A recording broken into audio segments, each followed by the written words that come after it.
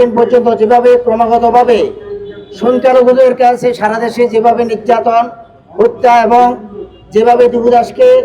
হত্যা করে তারপর বেঁধে মারপিট করে তাকে যেভাবে আগুন জ্বালিয়ে দিয়েছে, আমরা যদি বর্বর যুগের কাহিনী দেখি,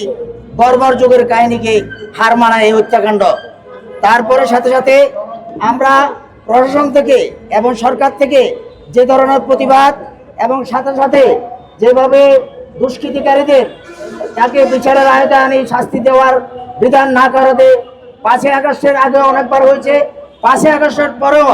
যেভাবে সারা দেশে মন্দির, শুধু মন্দির, সংখ্যালঘু না, মাজার, বিভিন্ন ধর্মীয় সম্প্রদায়ের উপর যেভাবে হামলা করছে, এটা শুধু ধর্মীয় সম্প্রদায়, সংখ্যালঘু না, এটা জাতির জন্য, দেশের জন্য যারা ক্ষমতায় আছে তাদেরকে সারা পৃথিবীতে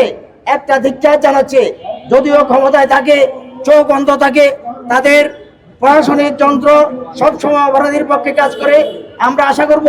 অতীতের সরকারগুলো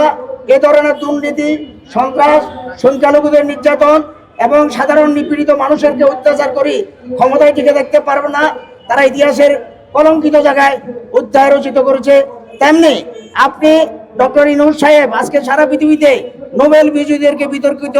অবস্থান তৈরি করছে, তাদেরকে বিভিন্নভাবে প্যাট্রোনাইজ করে তারা তাদের পারপাস সাফ করতেছে। ইতিমধ্যে ভেনেজুয়েলা যেটা করেছে সেটাও আমরা ধিক্কার জানাই। এবং আমাদের বাংলাদেশে, এই মাতৃভূমি আমাদের বাংলাদেশের স্বদেশে যারা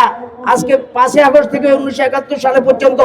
52 ভাষা আন্দোলনে, 90-এর গণঅভ্যুত্থান, তারপরে প্রতিটা গণতান্ত্রিক আন্দোলনে এদেশে শুধু নির্দিষ্ট গোষ্ঠীর অথবা নির্দিষ্ট কোনো দলের ভূমিকা না, আপামর জনগণের সে শুরু করে সর্বস্তরের হিন্দু, মুসলমান, বুদ্ধ, খ্রিস্টান,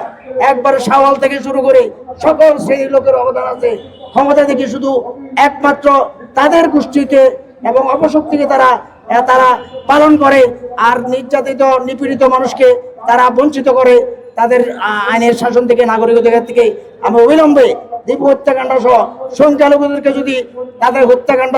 তাদের বন্ধ করে না হয়, তাইলে এরা ইতিহাসের আস্থা করে এবং দেখা যাচ্ছে তারা এমনভাবে পালাতে হবে, আগে আমরা বিগত সমস্ত দিনকে তারা হার মানাবে, এই আশাবাদ ব্যক্ত করে আমি প্রশাসনের কাছে অনুরোধ